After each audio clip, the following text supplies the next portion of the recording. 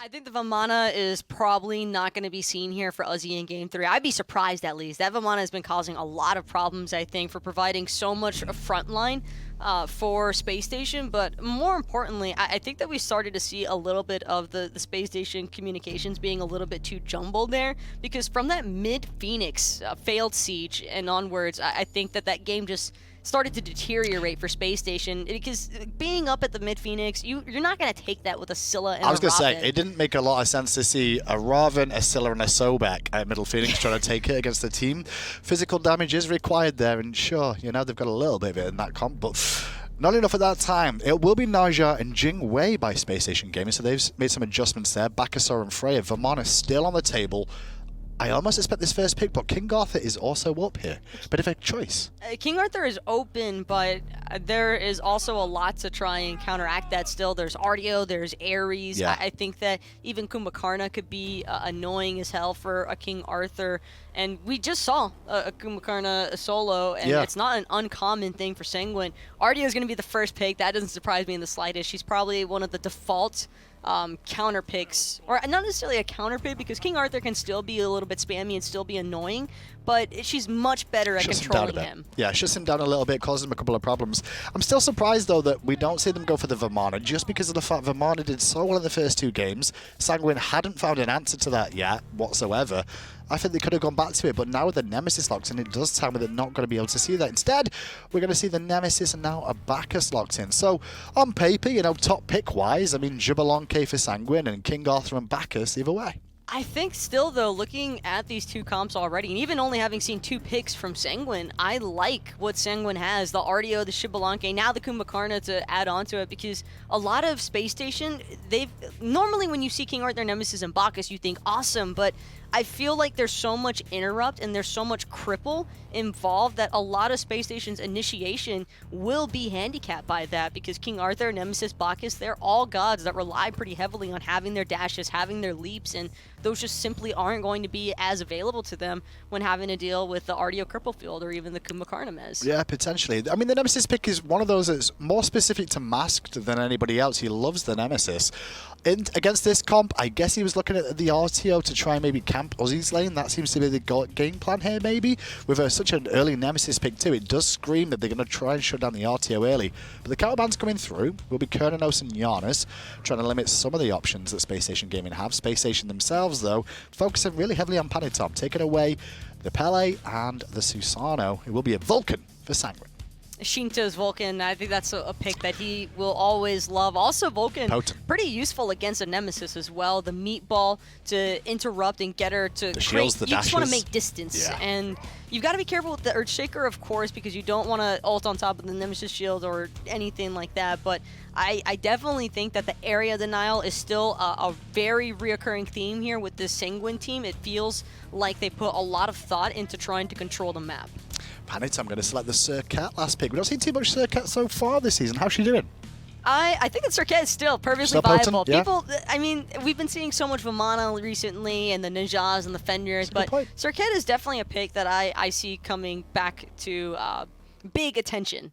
Well, 2 games down. Space Station did let Game 2 slip away from them. Can they close this out, or will Sanguine come back? Let's find out. Casters, take it away. We'll be happy to. One more time. Great job from Miniman and Taco as they move into Game 3. Space Station now must recollect themselves after a disappointing end to a Game 2 that was within their grasp. And Sanguine have to be feeling good after making a nice bounce-back play. Oh, absolutely. Must be feeling good after that when Jarcorrr is still playing his Kumbhakarna, Ronngyu. That's right, yeah. Playing the Artio. A very good pick against this Nemesis, this Arthur. Even Mattypocket's going to get hit by that cripple. Chapo's going to have to worry about that cripple. And Jarcorrr is over here on the solo side of the map, or duo side of the map, rather. Yet again, will certainly be backing and teleporting back over to his Phoenix after they secure this purple buff with this pressure. And we've seen this start so much that it's time to start thinking about what do you do to slow this start down when one of the solo laners comes over to give the duo lane free pressure. Invade blue buff, maybe, honestly, at Yeah. this point. Like, you're seeing the speed into blue buff immediately done by Sanguine as well. If you can interrupt the Serqet from doing that, that's going to hurt not only the Serqet, obviously, because they need the experience, but Jarcorrr for that blue buff. And this one ends up going well. He's able to not just get some of the wave, but also some of that purple buff experience too. and gift over the pressure to his dual lane. So that was done very well by Jarcorrr and makes it back over in time to pick up the blue buff itself. So really couldn't have asked for that to go better.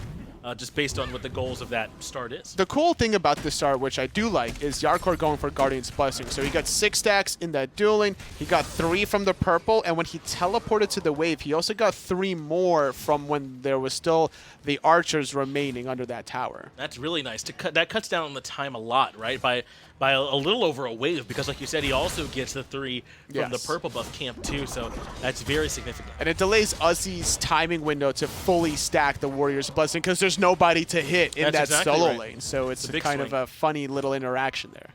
Panitom is pushed forward, already level 3, so Chapo will be moving away, but Panitom wants blood, can't quite catch Mast, who gets around that wall just in time.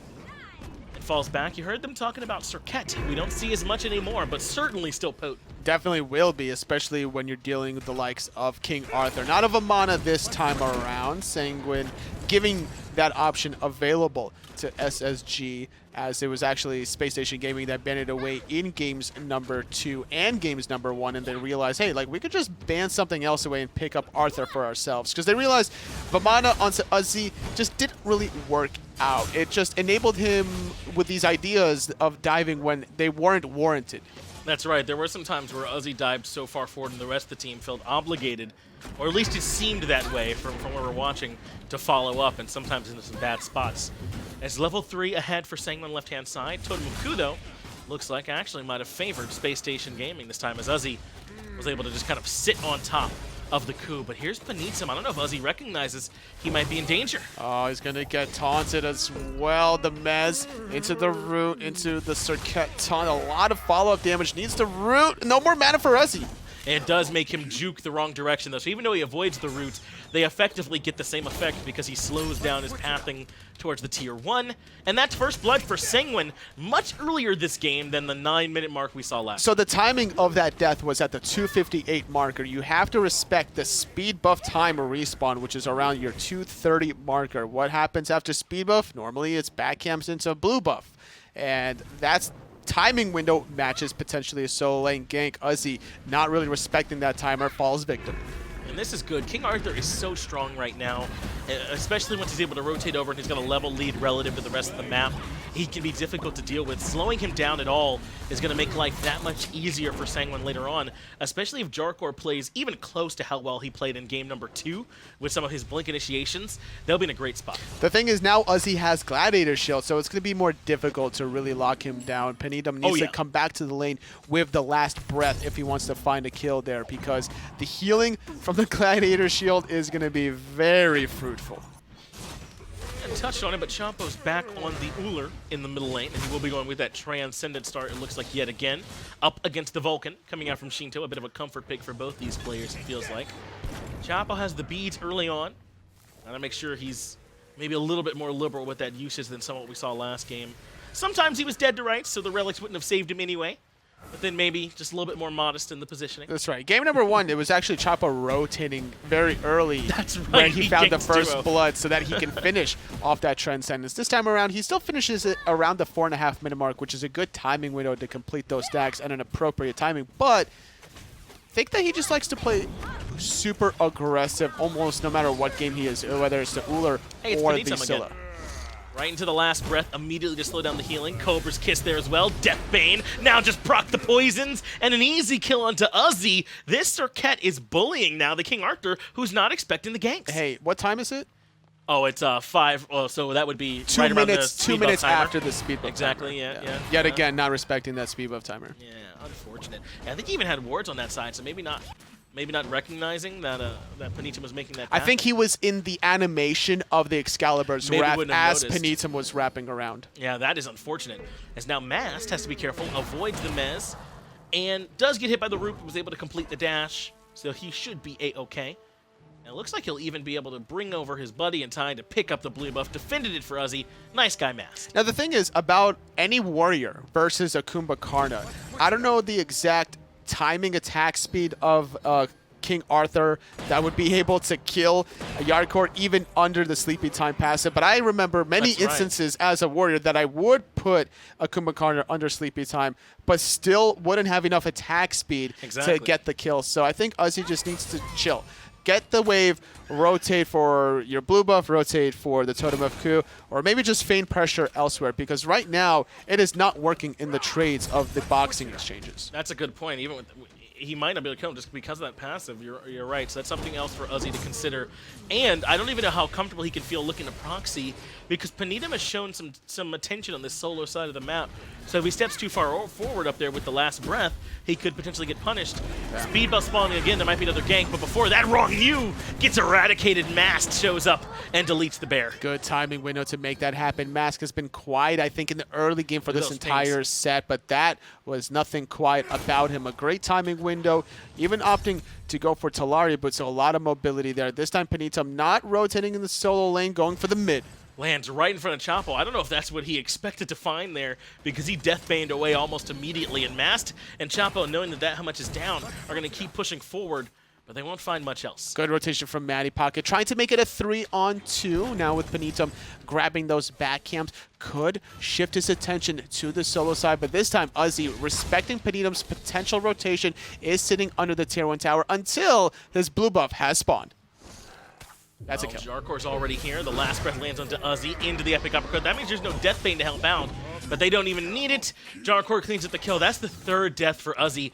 He has struggled on this King Arthur, isolated in solo. And this time he had no vision under that blue buff. It was actually Sanguine's ward instead, as it just fizzles away. And he thought it was only Jarcorrr trying to contest that blue buff. But honestly, at this point, it's just worth giving up the blue buff, because if there's even a last breath and then just the damage coming out of Jarcorrr, that's still enough to find the kill. And that's exactly what happened. And they'll be able to go back and grab their own blue buff this time. Some pings coming out. They might be calling, I think, for some ward placement here on Space Station to try and get them a little more information so that Uzzy can understand where Panitom is better on the map. You're right that buff timers is one way to sort of kind of keep that 2-minute or so timer in your map to know when Panitom will be on this side of the map. But just having that vision will make things that much easier. And then also being in a position where you can see it. As you said, last time you might have been up in the air and couldn't quite keep track of that as well. And now Uzzy's going to have to play from behind in this whole entire laning phase. It's a 900 gold lead, almost a full 1,000 gold lead for Jarcorrr versus Uzzy in that solo lane matchup. Yeah, Warrior's Blessing still not finished. Is that late for 8.5 minutes? It is, I'm but surprised. It is because also Jarcorrr didn't go to the lane right away, so yeah, Uzzy didn't have the opportunity to stack that up the way he wanted to. That's right. He missed out essentially on, you know, maybe 1 or 2 rotations he would have gotten earlier on. As Chapo finds some good damage, does make it into the axe stance in time to be able to jump away from Panitom. And he's able to hold onto the beads as well. Transcendence fully stacked up. Mass is going to be the target this time around. He uses that Divine Judgment onto Panitom. A little belly flop and Intoxicate out of Mattypocket, but no other follow-up. No one else in position. They really did try and take him down, though. That was 2 ultimates they committed. The ultimate from Mast and Matty without being able to clean up Panitom, but that does send him back to base. And maybe throw out some of his jungle timers, see if Mast can find any opportunities, but it does look like just about everything is down. Seems that way. They did force out the beads out of Masked after that Cobra's Kiss. Stop is back. Panitom's on this side of the map. Remember, they just sent him back, and Uzzy last breath's up. Doesn't have a lot of mana either. This could be another death for Uzzy. They even dropped the ultimate, so he doesn't know, but Cobra's Kiss doesn't land. That's perfect, really, for Uzzy to find a way out, but even still, it might not be enough. Last breath is here. They're trying to find the kill on the right side, but there's action on the left. Deathbane into the basic attack. Netrioid will fall down to Chapo, but this time around, they just don't have the damage. Yeah, Jarcorrr is able to get the epic uppercut. No, Mast, that's enough for the kill. Mast was there, and then he wasn't all of a sudden. And no reason not to continue this chase at this point. Stun, or rather the Mez lands first, and a double kill for Jarcorrr on this Kumbhakarna. But this is the best response. Come get the Gold Fury. They just took down the Hunter. Space Station finds some way to answer back. 10 minutes in, Space Station Gaming abusing the rotation from Sheento on the right side of the map, but Sanguine are no slouches in the objective category either, confirming this 500 gold. Jarcorrr might need to, okay, just barely. That seems needlessly close. They allowed that one to get, but no harm, no foul as they complete the objective. But this is almost unseen nowadays, Toli, is this much focus on the solo lane, right? You just rarely have this kind of kill potential. I agree and disagree at the same time, because when you're already 0-3, at that point, you have no business proxying between the tier 1 and tier 2 tower. Right. You're not respecting the jungler at that point at all. Like, granted, you do have to make some sort of idea to get back into the game, but that's not it there. Because if Panitom was there 2 seconds earlier, he would have died much faster. And even if he wasn't, he still died on his own tier 1 tower after Mask was the one dying to the epic uppercut. And it's unfortunate that timing came right at the same in the back, but Matty might end up falling here in the middle lane, won't even get a chance to talk about it. Sheento and Ronngyu working together to clean up the kill.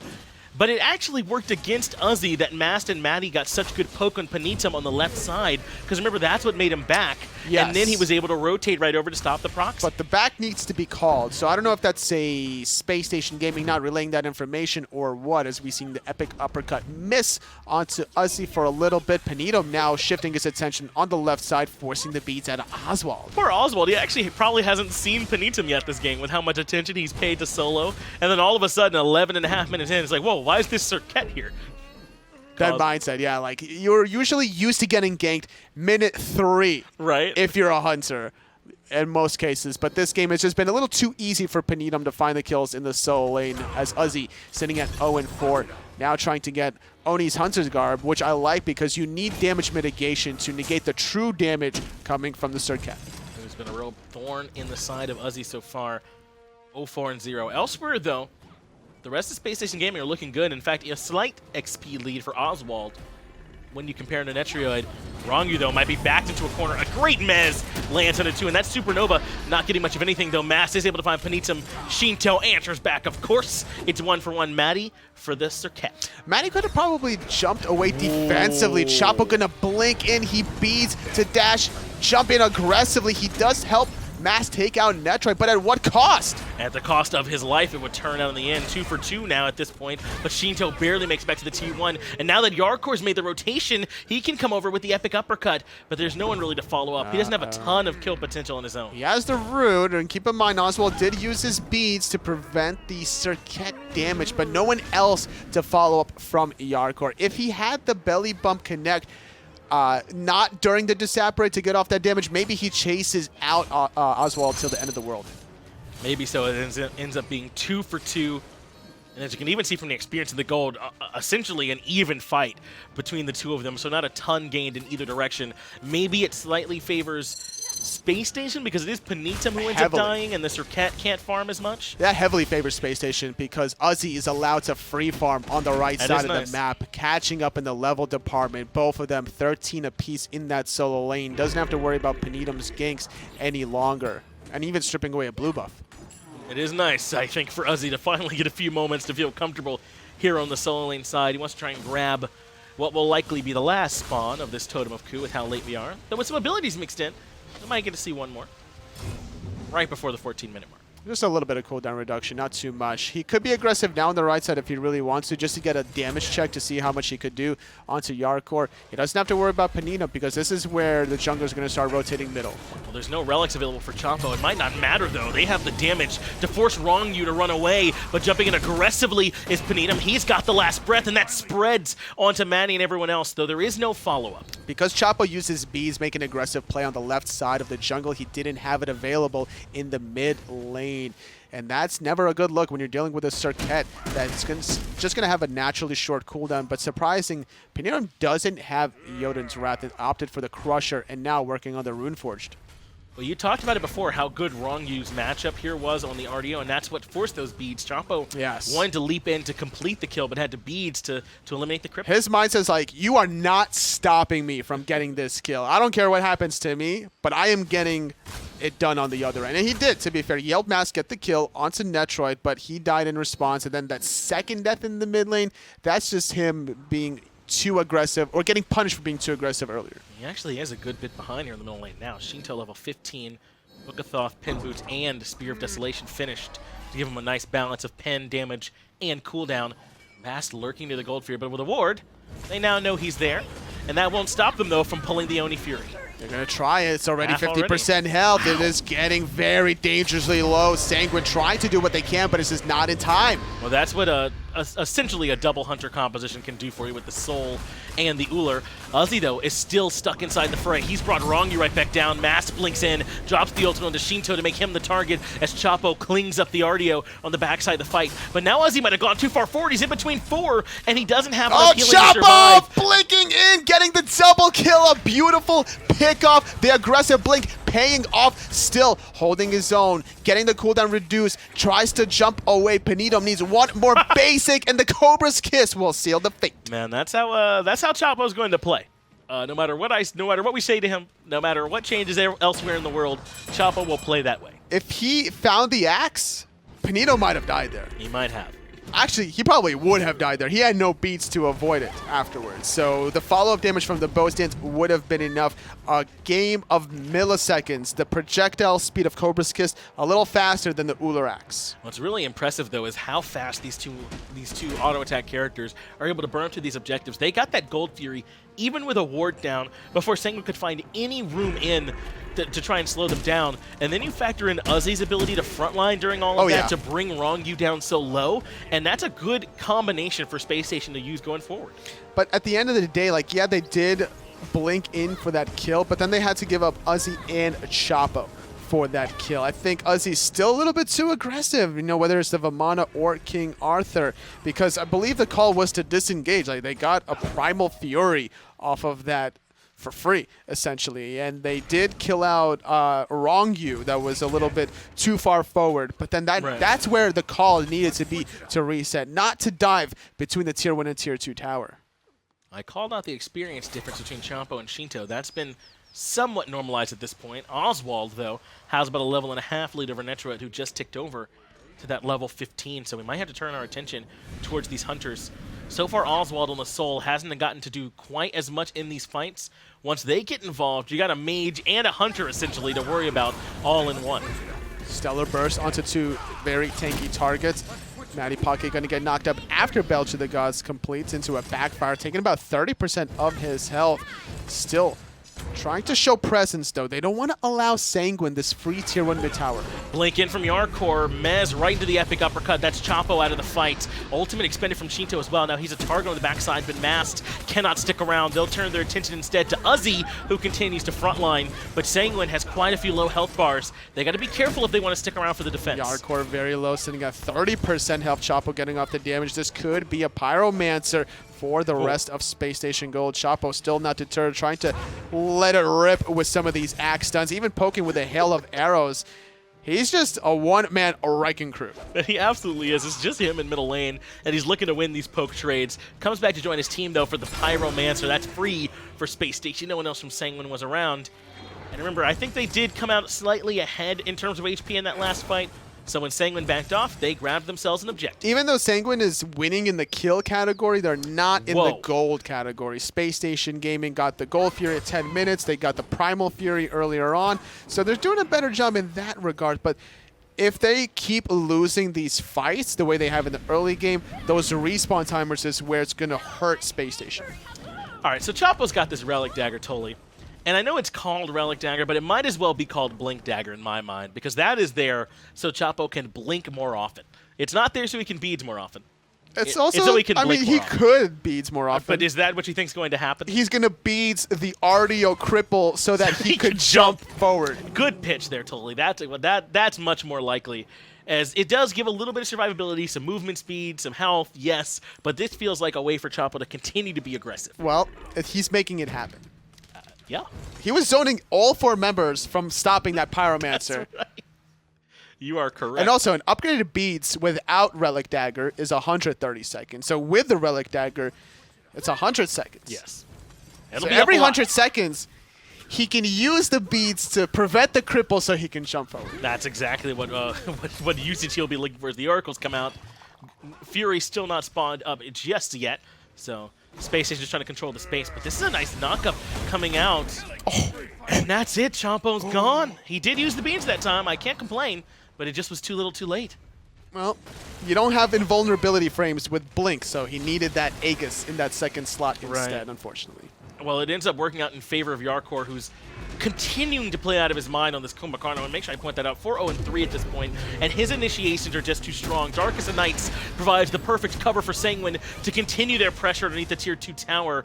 Uzzy spins away. Last breath was still ticking, but it won't be enough to kill him, and Sanguine can't complete the Tier 2 tower siege. No more ultimates available for Sanguine, so Spacestation Gaming counted their lucky stars that they still have everything intact. However, Primal Fury is up and running, and Sanguine not going to hesitate for this objective. Mask going to loop around the backside, come right in onto Netrioid and drop the ultimate. That's going to cause big problems for this Hunter, but he's able to get away with the Rising Jaguar, or maybe not. Mask loops back around to try and complete the task. It isn't enough for the kill, but Panitom makes it a 1-for-1 trade. Still not done yet. They're pushing forward, knowing that Chapo will be here momentarily. Good damage from Oswaald, getting onto Jarcorrr. Keep in mind, looking at the relic situation, Jarcorrr still has teleport. He's going to go back into the Tier 2 tower and come back in. Matty trying to zone with that belch, but Primal Fury is only now being pulled. Ronngyu and Sheento still around. Sheento has the ultimate back up yet again as well, so that could be great to try and steal, as Matty can't exactly frontline. It's just Uzzy, but he might be a little bit too far forward. He's crippled now. The cripple as well. He's going to get rooted into place. The question is, can he get out before the rest of the teammates collapse onto him? Sitting at 50% health, Jarcorrr shifts his attention onto Chapo. He didn't have epic uppercut there, which is really too bad, because that certainly could have been a kill. Remember, Chapo didn't have beads, even with the Relic Dagger in that situation, so they could have locked him down. But without it, Chapo was able to jump away and reposition. A good sign for Space Station. And it's an unfortunate set of circumstances, because Space Station were the ones pulling this Primal Fury originally, getting it to 50% health. But Uzzy, too far forward, getting himself in a sticky situation. It put Oswaald and Chapo in a spot where they had to reset it. And so they'll fall back. No objectives claimed, as we just crossed over the 22-minute threshold. And so far, Sanguine have been impressive here in this set. We heard a lot of good stuff about them totally coming into Season 6, and a lot of what they were able to get up to in the offseason, that they've been practicing, that they've kind of formed this LATAM super team. And I think we're seeing the fruits of those labors here so far. They have been communicating and executing effectively together. Over the top, the Vulcan ultimate! Look at that trust, ouch! Man. That's exactly what I'm referring to. As Sheento cleans up the kill. Mass no longer part of this. And Uzzy gets pulled right back in. There will be no last breath for this, but so they won't have as much lockdown, but they should be able to get this Tier 1 no problem. Oh, my heart and my soul goes out to Mass from that wombo combo, and Uzzy between a rock and a hard place, using Excalibur's Wrath, just not enough to survive, unless a Gladiator Shield is enough. But no, the DPS will outpace the healing. Yeah, they're going to go for Primal. That's the only answer they can get back to this totally. And they've got the 200s to burn through it quite quickly, with Chapo and Oswaald both here. But just how much further is Sanguine going to push? Looks like Sheento at least is still in that solo lane, but with everyone else backing, that's it for now. It seems to be a reoccurring theme between games 2 and 3 for Uzzy and Mask to be the ones too far forward. Yes. And that's costing Space Station Gaming some serious momentum. I love the trust, though. Sheento must have fired off his ultimate the second that Jarcorrr called, right, that he had a chance to get this knock-up, to get the epic uppercut, and it paid dividends. Mask never had a chance. I believe he died with every relic up. I mean, there's nothing he could do. And the funny thing is about Serqet Ultimate, there's a couple animation ticks or frames where you become invulnerable as you're getting tossed. So that ultimate from Sheento needed to be perfect, and it just certainly was. Can be a little bit weird sometime to time it, and as you said, it absolutely was perfect from these two. Uzzy's going to come clean up these minions that are threatening the Tier 2 on the right-hand side, as with that Primal Fury down, that means the Fire Giant's really the only objective up on the map, and no one's ready for that just yet, so things slow down for just another moment. I'm being told, though, that we get to take another look at that Vulcan ultimate. Well, we might have to hold for just a second. Look like they're pushing forward. They might not meet. So, yeah, we can go take a look at it real quick before this next fight starts. That'd be nice. Sheento, way over by himself in Antarctica, with none but trust when he drops his ultimate. During the epic uppercut. Okay. Boom.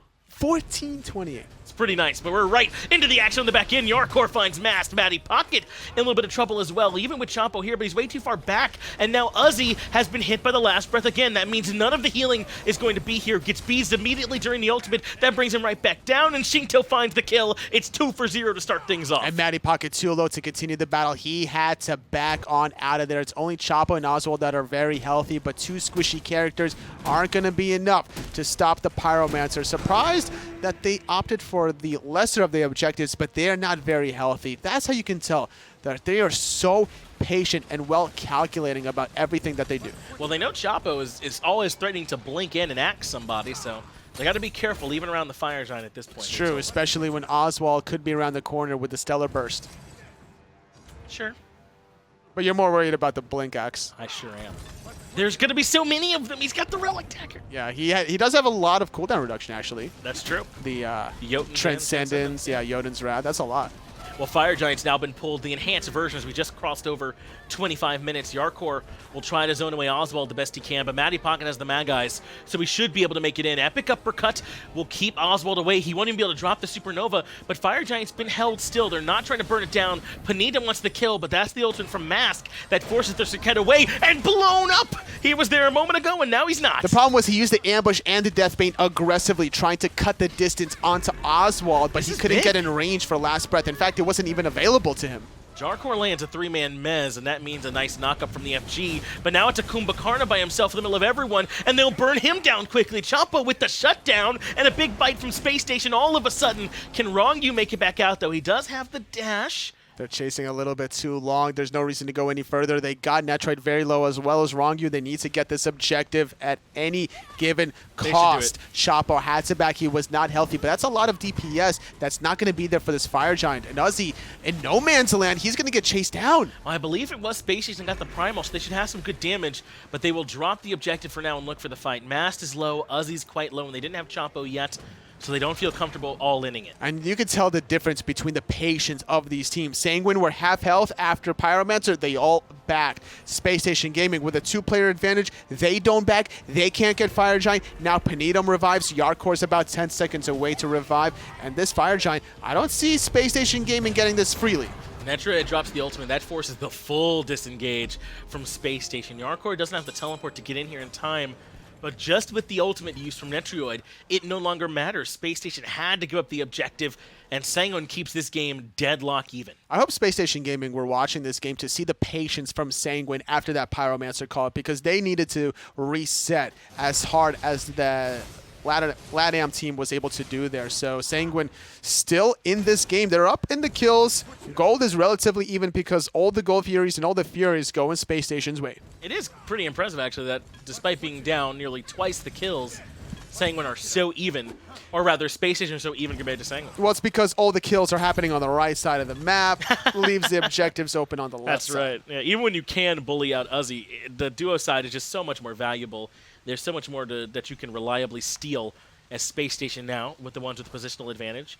Though Chapo's backing yet again, picking up some wards before he comes to rejoin his teammates. It almost feels like Mattypocket should be the one zoning at this point in time, where Uzzy kind of looks for the self-peels and look for anyone that's going to be disrupting. Like Jarcorr's going to be the one obviously looking for the blinks, as is Panitom. You keep those two in check, Space Station Gaming should have an easier time with things. Yeah, the problem is I don't even know if they have an easy way to keep Jarcorrr in combat. Maybe this is it as he goes forward and ends up getting locked down, but it's Matty who takes a ton of damage. I don't even think Intoxicate hits home, so he finds very little in the back end of that. Now Jarcorrr goes in with the blink, has the mez, has the lockdown. Matty's gone. Sheento gets the kill. He didn't have belly flop available, still on cooldown. Uzzy now in no man's land, sitting at 50% health. Mask going to keep Panitom at bay, but Uzzy drops. 2 quick picks for Sanguine. They're not done yet, but they will look for this Fire Giant. No, they're going to push out the right side of the map. Very disciplined plays out of Sanguine. Sheento has a lot of damage, but this all really, for me, starts with the Jarcorrr. He's a nightmare so far for Space Station in terms of his control. And look at this. He's going to loop all the way around and come on the backside of the tier 2. I don't think that they're going to predict this one at all. He's going right into the root. Netrioid was there with the ultimate as well to turn off the lights. Nothing from Sheento's ultimate, but this is forced Space Station all the way out. This is some Pro League level plays coming out of Sanguine, being able to be this disciplined, this calculating about the loop around out of Jarcorrr. They're not done yet, though. They need to get out of this situation first. I like the play, but they haven't really gotten much out of it. Not the tier 2, or really even taken that much from Space Station Gaming. They will now finally fall back, but can they even feel comfortable going for the FG? Well, the thing is, they did get the beats out of Chapo and Mask, so in this next engage, those are going to be your next 2 targets. Sure, they didn't get Fire Giant, they didn't get the tier 2 tower, but they set themselves up for easier picks in this next little skirmish. That's right, so now they have to make sure they're in a position to capitalize at the very least. Mast is backing as he should. He's quite low. Look at this build he's going. He's actually got some crit in here. Has the rage, and looks like he's even working on a Deathbringer. We don't always see this from Nemesis going all in on the crit path here. Not since Season 2. Yeah, but that's the call here from Mast. It makes sense if you're going to be blinking into the back line, specifically onto Sheento and Netrioid, where you're looking to blow them up as soon as possible. I like Sheento going for Wing Blade, trying to get that extra boost in movement speed when he does get slowed by Mast, but I don't think Netrioid has that same luxury. Not at all. He will certainly be a target. He might have some potential just to blow Mast up. He hasn't really gone defensive at all with this build, so it might end up just being a DPS race. His Pyromancer has been unleashed for now and will start to heal back up. Just keeping the heat stacked up as Matty has his Magai's Cloak popped. Stunning out Ronngyu. Is he going to get mezzed? He's jumping in. Place. Belly flopping on top of 3 players. Sheento taking a little bit of damage because of the Intoxicate was used, but no real follow-up. I get the idea, though. If you see Sheento and Netrioid on top of each other, I think you have to flop contractually if you're the support. But now Mattypocket going to pay for it with his life in the last breath. Spreads over. I think that might have made it all the way to Uzzy. Ultimate from Sheento comes through. It does not find itself a home, but Panitom is able to take down Chapo. There was no beads on Chapo, so the Cobra's Kiss was valuable. Uzzy going to get knocked up. Needs one more hit. Netrioid getting his team that 3rd pick. Now Jarcorrr going to force out the beats out of Oswaald, and this is where Sanguine can confirm themselves a 32-minute fire giant. Well, you said it. As long as they capitalize off forcing those beads, then that fight was well worth it. That's exactly what Sanguine did. They wrote themselves a check, they post-dated it, and now they're here to cash. They'll take the fire giant, enhanced version, and then they can start to push down some of these Tier 2 towers. Spacestation Gaming, after a very strong Game 1, has it really come all the way back here totally in Sanguine's favor? See, the problem with Space Station's composition, now that I'm thinking about it, they're too melee-focused, right? Like, where's the long-distance setup? Chapo has the Axe Stun, Oswaald has the Stellar Burst, but that's it.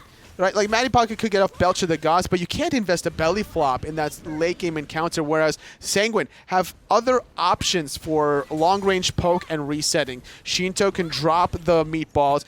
Jarcorrr can get in with a root that's not exactly melee range, right? And then you're also having Ronngyu that can get off the channel beam to a root. So Sanguine has more options of poking and resetting. Space Station has to hard commit, and it's not been working out for them. And I think it's hurting them with Jarcorrr, right? Because he hasn't had to really worry about being put in combat or anything like that with the blink. He's been able to be like right up near the edge of the fight and then find his perfect timings to move in and find those multi-man mezzes to set up for the rest of his squad.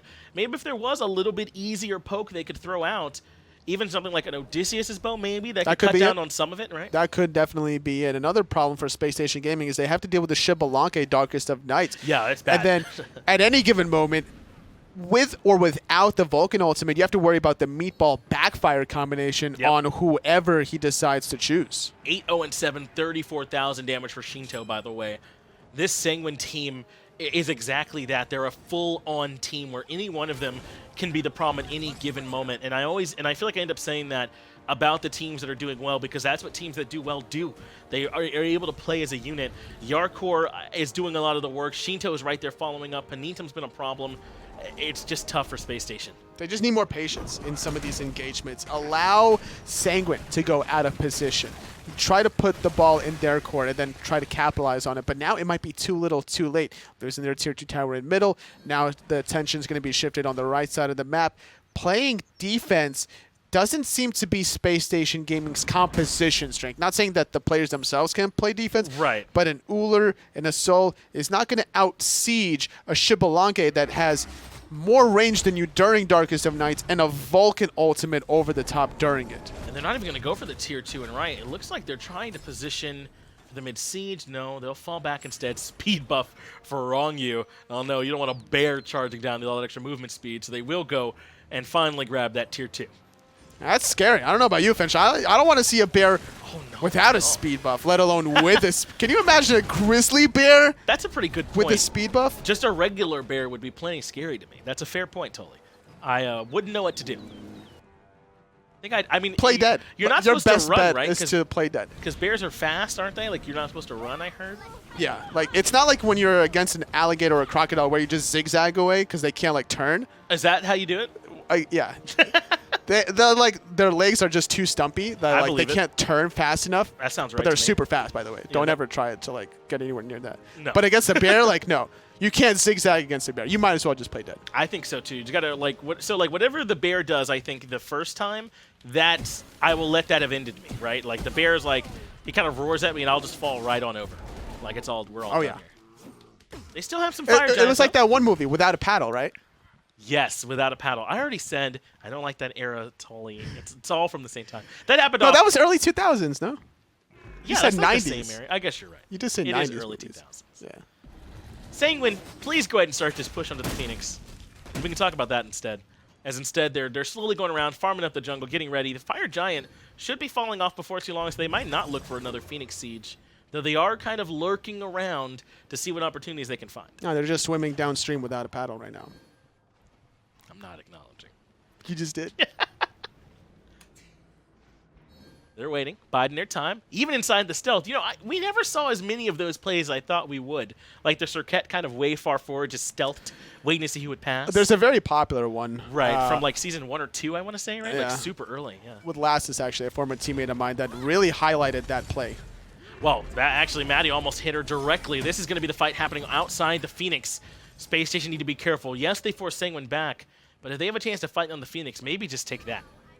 Blink in, though, is going to start the fight off from Jarcorrr. He's not going to let them fall back. Epic uppercut comes out as well, but that was just on the Uzzy. There is no more follow-up, but Champo jumps in aggressively because of course he does, and he pays for it with his life. The Ullr from Sheento does not land onto Mass, but Mattypocket has now belly flopped in place, and Panitom gets the kill there, and suddenly this is the worst case scenario for Space Station. Sanguine are barreling down the mid lane. They don't need to wait for the Fire Giant to respawn. They're going to end the game right here, right now, Finch, or at least get this middle Phoenix and then decide what they want to do. They've been very disciplined up to this point, and not much has changed because now they're shifting their attention to the left side Phoenix, the safer call than the Titan. Yeah, look at all the waves. They are pushed up, so Sanguine really can kind of just rotate right on over, and if they wanted to grab the wave, but they don't even need it. They're going just the right side. Burn down this left side Phoenix, and it's really only Oswaald, Mast, and Uzzy who are up. Uzzy's the only one that can frontline, but look, Mast is on a red buff. He's not even here. I wouldn't be surprised if they go to the right side Phoenix instead of the Fire Giant / Titan, but no, they're thinking about stealing away those buffs, but Mask did get that red buff, so it's not going to allow Sanguine to get that onto their mid player Sheento. Well, late game, the red buff is very, very strong on these mid lane mages, so I'm not gonna say it's insignificant that those have been taken away, and largely not much they could have done to stop them from getting those Phoenixes at that point, so Mast finds something of value to do with his time. And this is where the experience of a veteran SPL player comes into mind. As a Nemesis, you're not really getting much value just sitting around waiting for your opponents to siege you in a world where you're not really defending anyway, so you might as well put yourself in that position to strip away the red buff, which you know was going to get stripped against you anyway. Well, Sanguine 24-9 the kill column, but if you're just joining us, don't let that deceive you. This game was at one point very, very close, even with the kill lead favoring Sanguine.